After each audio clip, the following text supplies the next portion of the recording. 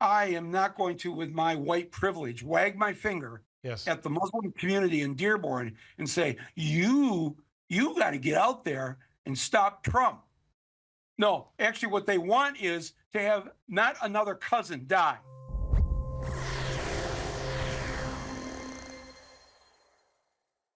Last week, you heard my message to Kamala Harris on how she needs to do more to win the Arab American vote. And while you may have been listening to me, there's a slight chance that she wasn't, but maybe she will listen to my next guest, who also shared a similar message to her quite recently. Academy Award-winning filmmaker and Emmy Award-winning TV host Michael Moore posted his own plea to Vice President Harris, stressing the need for her to win in Michigan, his home state, where he says, quote, the vast majority of Arab voters are either going to stay home or they will show up to vote but leave the president line blank. Michael Moore's message goes on to outline not only what Harris is getting wrong, but he also explains what she can do to make things right. And he joins me now to talk all about it. Michael Moore, thank you for coming back on the show. Good to see you. Is Kamala Harris about to lose Michigan? And if so, can she still win the election on November the 5th without Michigan, in your view? There is a way to win without Michigan. I wouldn't risk it if I were the candidate. I don't. This is the part I don't understand, is that politicians usually will do just about anything to win. Yep. And in this case, when you made your appeal to her, and I've made mine, you don't have to do a lot. Yep. You just have to say that when you're president on January 20th, this ends. The slaughter of civilians ends. I'm not going to continue that. As she said on Stephen Colbert, I am not Joe Biden. That'll be one of the big changes in the new administration.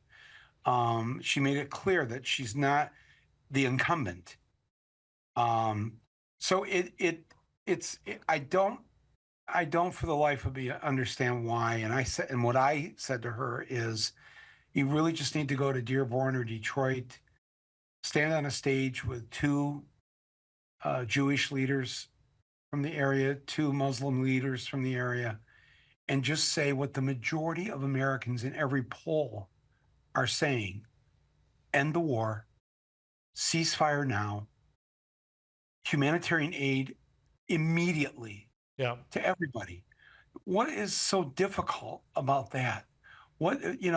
How does that say Do that you you think, no longer do you think that they're worried? supporting? Do you Yeah. think that they're worried that if they were to do that, number one, they're picking a fight with AIPAC and the pro-Israel lobby, which they don't want to do Well, with weeks to go, and number two, they'll lose some Jewish voters in Pennsylvania or Michigan on the other end?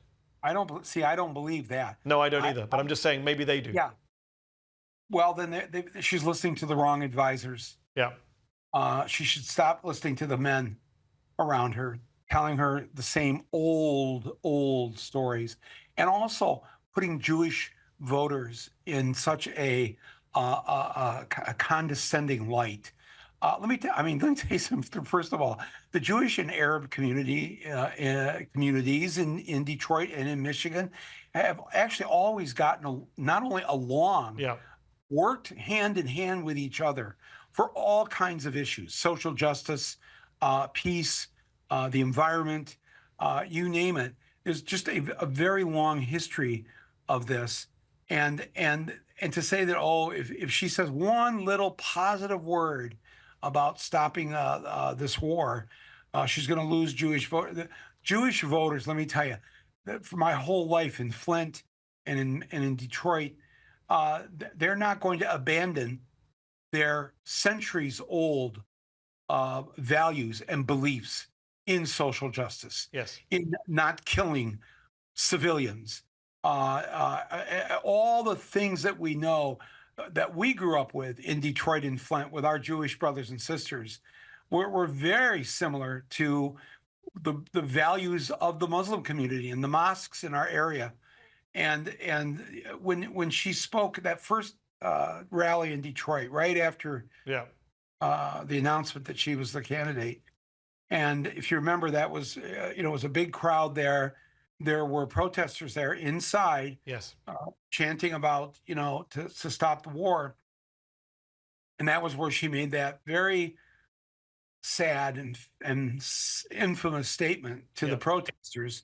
Hey, I'm speaking. Yeah. You be quiet. And it was very much that. But I know I wasn't there, but I know they're all people, friends of mine, and people that were there in that crowd that were chanting. And I can't give you the exact number, but I'd say at least a third of them were Jewish that were chanting, and not in my name. So it's interesting you mention that finger wagging. She also said that day, and she's improved her rhetoric since then, but that day she said, oh, well, do you want Trump? She said some version of, I know. The alternative is Trump. Nobody wants Trump. Actually, some Arab Americans in Dearborn have actually endorsed Trump, interestingly enough. No. A minority. A minority, but yes. Mehdi, in 2020, 1/3 of the Arab and Muslim vote in Michigan voted for Trump. Yeah. So and 70% voted for Biden and Harris. So here's my question, Michael. When I'm sure you hear from a lot of white liberals who, with the best of intentions, but perhaps in a condescending way, say, Michael, these people, the Arab Americans, Muslims, do they not understand that however bad Harris they think she is, Trump will be worse for them? Yeah, don't they know? Don't they know that Trump will be? Don't they remember the Muslim travel ban? Yeah. And I'm like, why do you stop talking to me that way? They don't know. You must educate these Arab types that Trump is bad for them. Don't they remember? Yeah, you know what? They remember. And if you were to walk through Dearborn right now and try to convince the majority of people that they have to vote for someone from the administration that has killed their cousins, their family, their community, their friends, people who are living and cowering in fear, not just in Gaza, but the West Bank also, and Lebanon, and tell them, don't forget the Muslim travel ban. And the answer will be, oh, that's right. Trump wouldn't let us fly.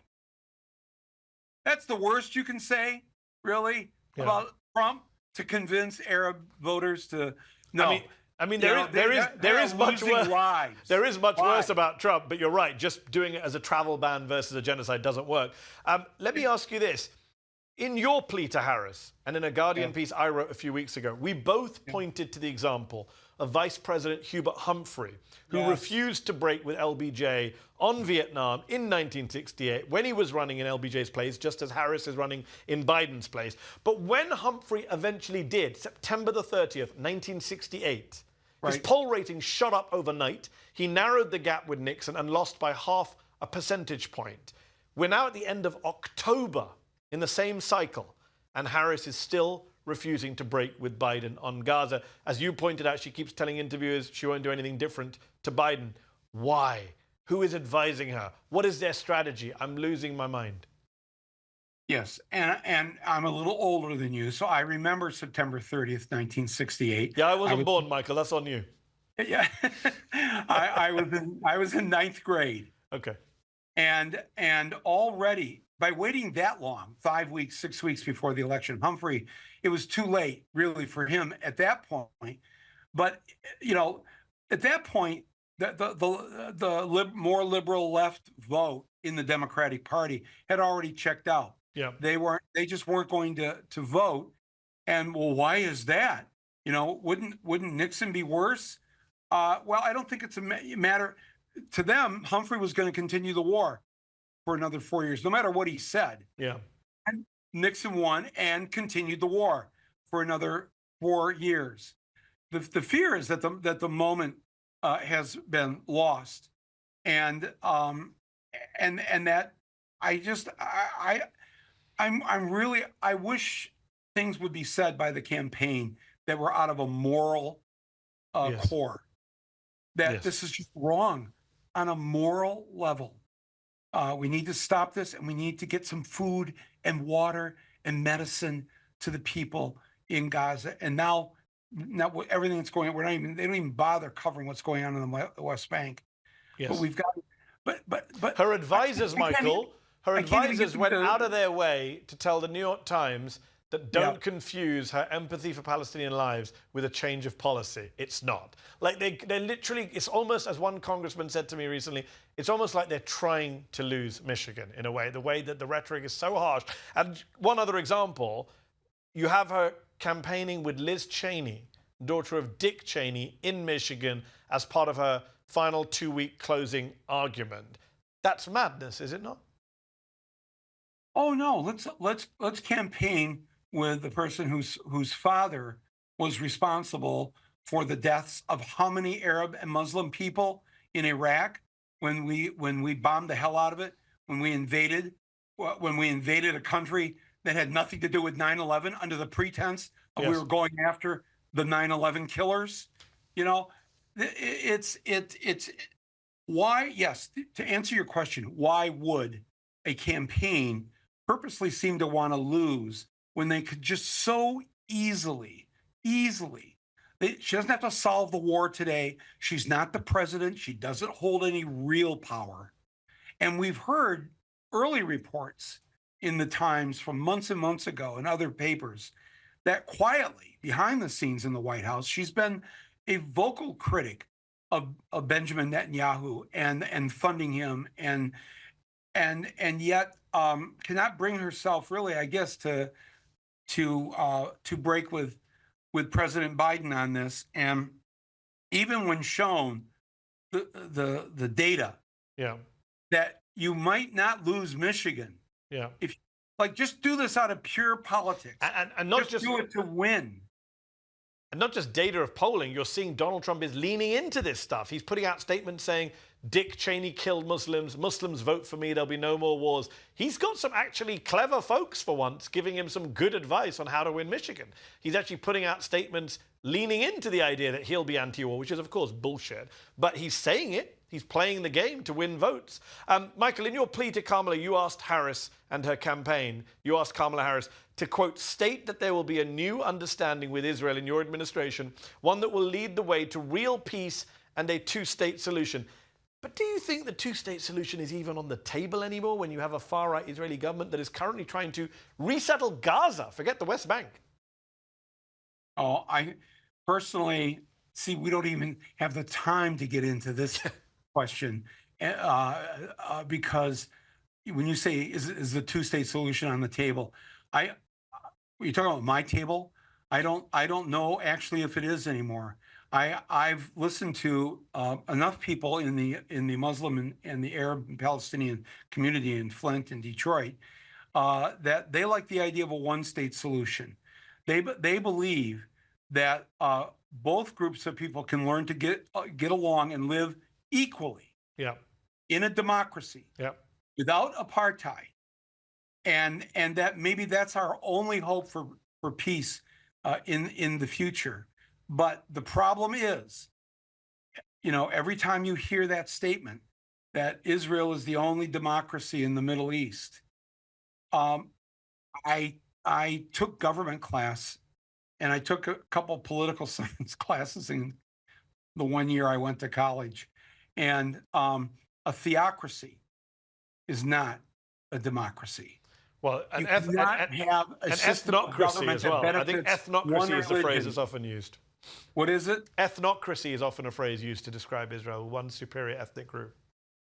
Yeah, exactly. And thus it's then not a democracy because Yes. you don't have a superior group, legally legalized superior group in a theocracy or an ethnocracy or whatever it's Yeah. called, because that's just not equal.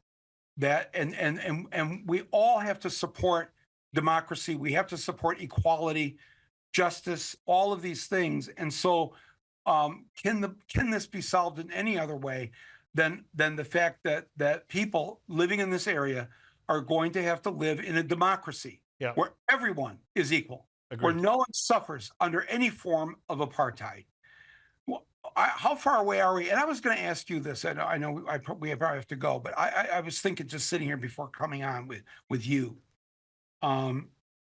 It's got to feel just god awful at this point. Like there's no hope. There's no way of stopping the madness.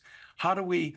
And I thought, and I was going to ask you, how close does this feel that, up to right after 9/11, when 9/11 happened. I mean, I was there in Gaza and in the West Bank for the when the first Intifada began, the rising up of children throwing stones at the Israeli soldiers. So this started in December of '87. I got there in January of '88, about a month later, was there for a month, traveled throughout the West Bank and Gaza, saw the truth about what was going on. And there was movement then to sort of, okay, we got to fix this. We can't have this. Crazy Sharon was going to the Temple Mount and just trying to stir up trouble and trying to get settlers to kill Arabs and Muslims. But the feeling, not being Arab or Muslim, what that must have felt like when 9/11 happened, that sense of, oh my God, there it goes. We're never going to get this solved. Yeah. We're never going to get this resolved because now all the focus is on the terrorist attack, and we've got to go get them, stop them, and of course it would be another 10 years before the Obama administration killed bin Laden. Bush had long given up on all that. They got all the rhetoric out and they got all the justification for the killing out, mainly because we were going to get all that oil in Iraq. That was really the of we got to win this war because that's our oil. But if you were a Palestinian at that moment, that sense of, wow, we're forgotten again. Yes. We're doomed again.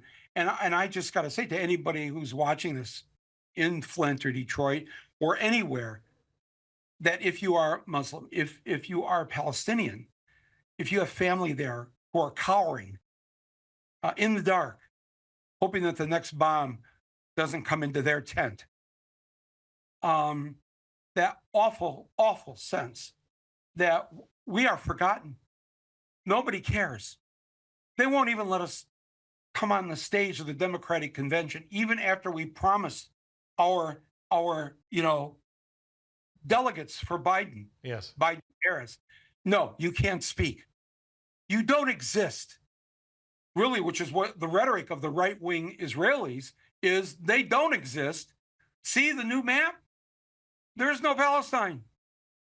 And it's like, I don't know what I know from my grandparents about the Irish immigrants in America, the signs in the store windows, Irish need not apply, that the N-word was used when talking about the Irish immigrants here, that they were the N-word of Europe, and this sort of discrimination and bigotry toward Catholics, that we didn't have a Catholic president till 1960.